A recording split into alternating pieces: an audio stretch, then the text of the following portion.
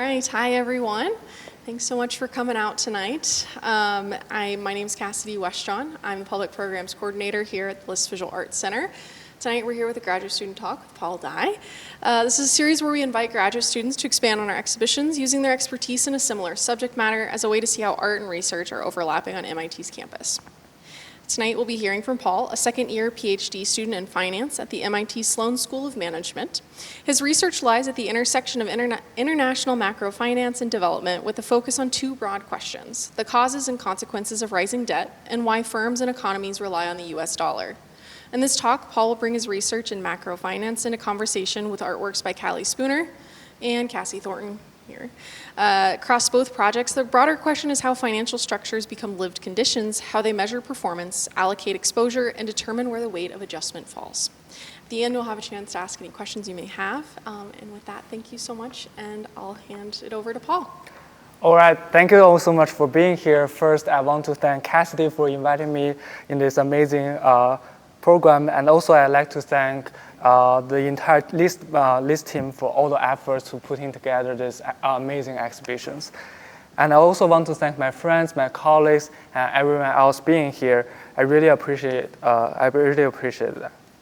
So my name is Paul Dye. I'm a second-year finance PhD student at MIT Sloan. My research is in the intersection of international macrofinance and development. And today I want to try something a little bit unusual, at least for me, basically is to bring research into conversation with art. That sounds maybe a little bit abstract, but it is really the common thread that connects the two parts of research I'm going to talk about today. The first one is about foreign exchange hedging and currency invoicing. In other words, how firms manage exchange rate exposures in international trade. And the second one is about credit deepening, how expanding financing services can sometimes spur growth, but on the contrary, they can also generate fragility and dependence. What art offers me here is not simply an illustration of economic results. It offers a language for naming structures that economics often compress. In particular, the work I'm going to discuss today is by Callie Spooner and also Cassie Thornton, have helped me to think about to see finance in two related ways I had not fully recognized before. First, from Spooner, I realized actually finance can be seen as a system of measurement. And second, by Cassie Thornton, as a system of burden. So the first piece of artwork I'm going to talk about is the one on the left of me, which is Callie Spooner's self-tracking. What interests me in this project is that it places very different kinds of variables and objects onto a common surface: bodily health, professional rankings, and monetary fluctuations. These are also the things that, as artists, cannot fully control for, because they shift over time and also they shape one's condition from the outside. What the work does is to bring the bodily health, the career and monetary fluctuations, the market, into the same field of performance.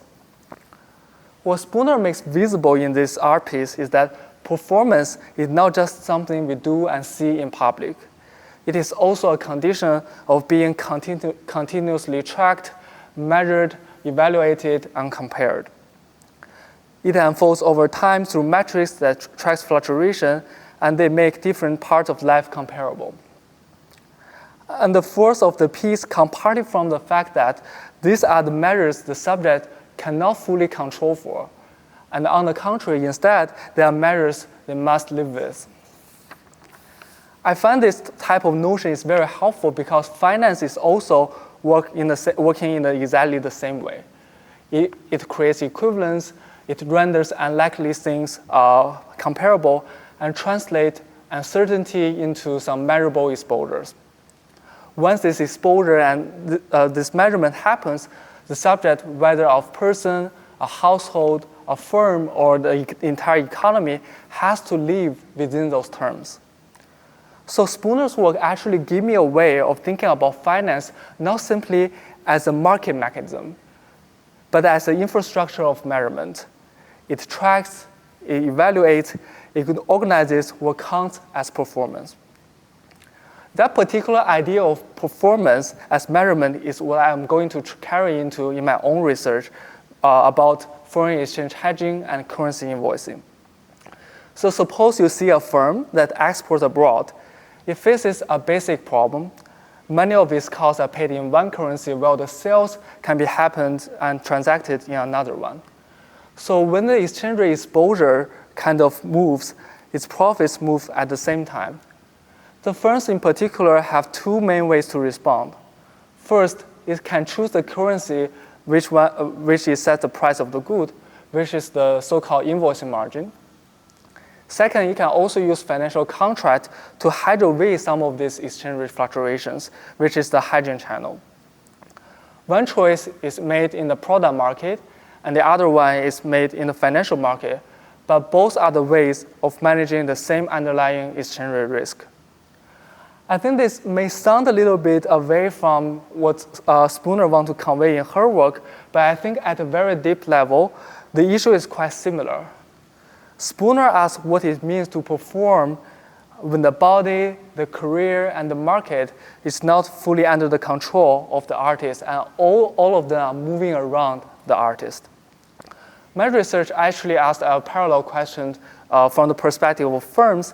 What does it mean to operate when a key condition of this performance, which is the exchange rate, is external, unstable, and also not fully under their control?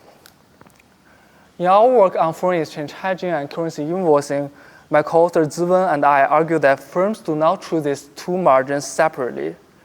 In simpler accounts, you may think about like invoicing look like a pricing decision, while the hedging is more like a treasury decision.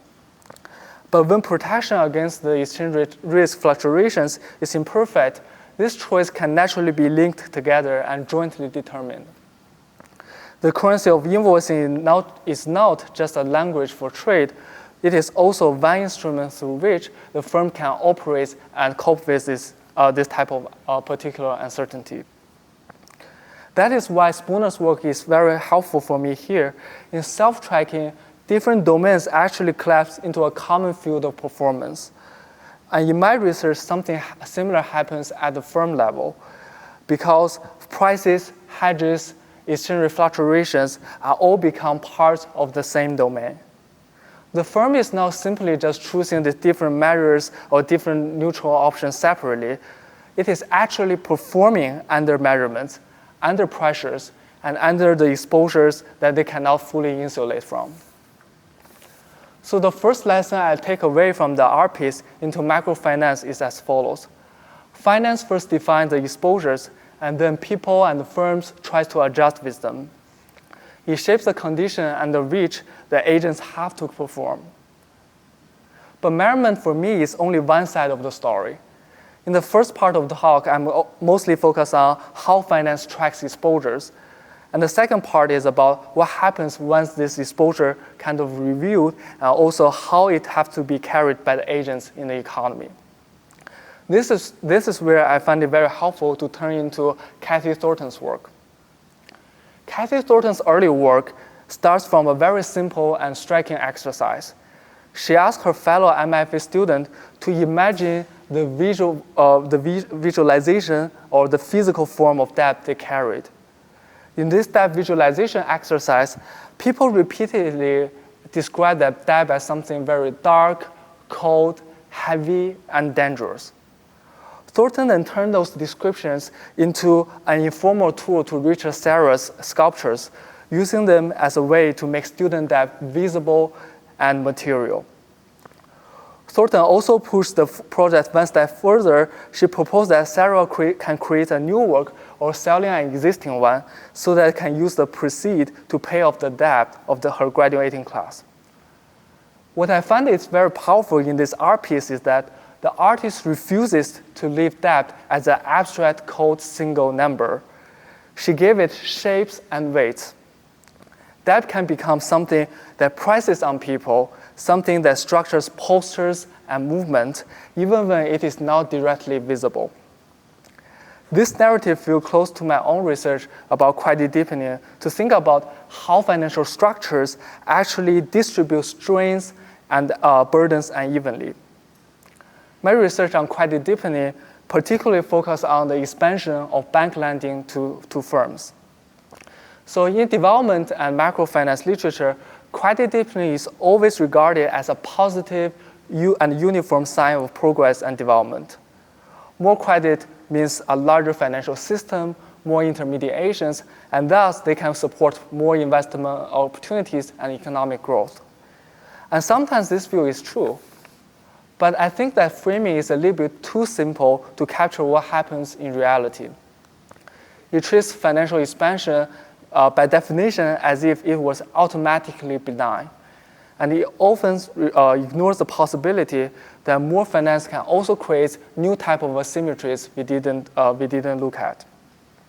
So the question I ask is not about whether finance expands, but what forms that expansion can take place and who end up bearing the weight of this underlying expansion. In that sense, I hear the echo from Thornton's work where the debt is not an abstract number, but something can be very heavy and evenly borne, and also its burden always lands somewhere. In my research on credit deepening, I ask a fairly simple question. When bank lending to firms expand, what is actually behind it, and what kind of growth it produces? In joint work with my co-author Karsten Müller and Emil Werner, I used a newly assembled data set to break down what really happens of credit growth across different sectors. One of the main things we find in this paper is that this type of expansion is often disproportionately concentrated in the real estate sector. So for me, the issue is not more about like more debt or less debt, or more credit versus less debt credit. It is also about where the credit and debt actually going. That is where Cassie Thornton's work provides me a new perspective. She makes debt visible as something that has to be carried with weight and form. And our research suggests something very similar, that credit also has a form, and then form matters.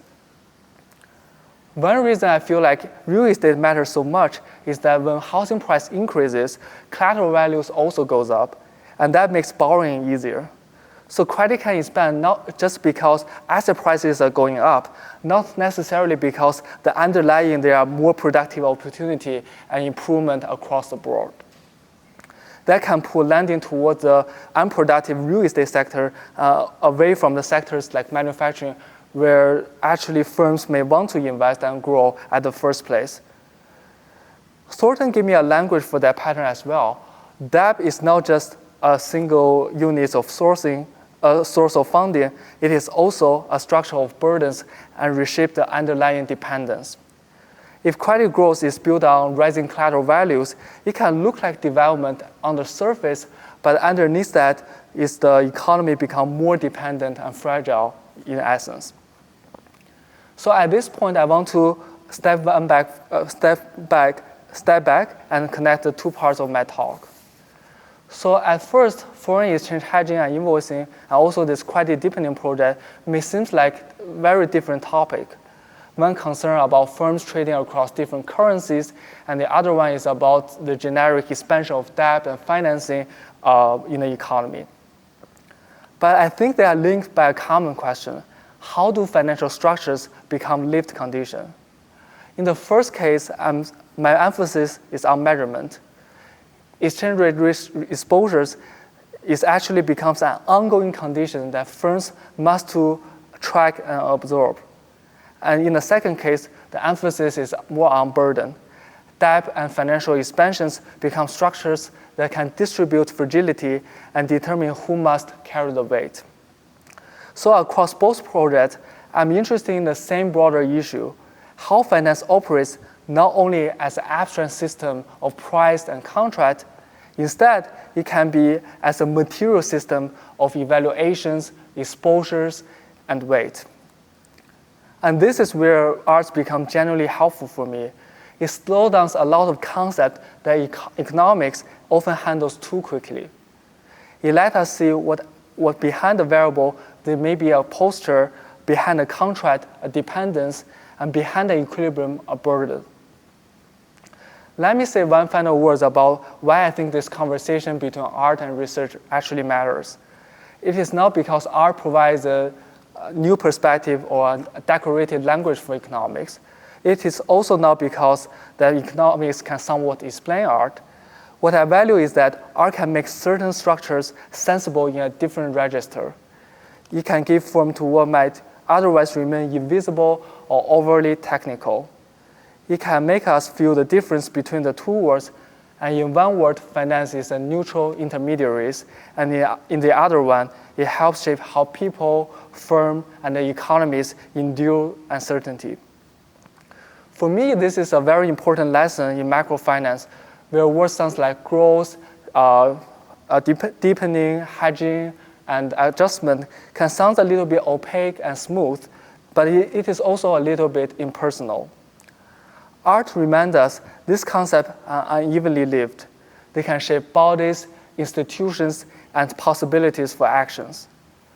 So if there is one thought I want to leave you with, it is as follows. Finance does not merely price the world. It also measures subjects and distributes the burdens they must carry. That, for me, is the point where this artwork and my research meet. Thank you so much.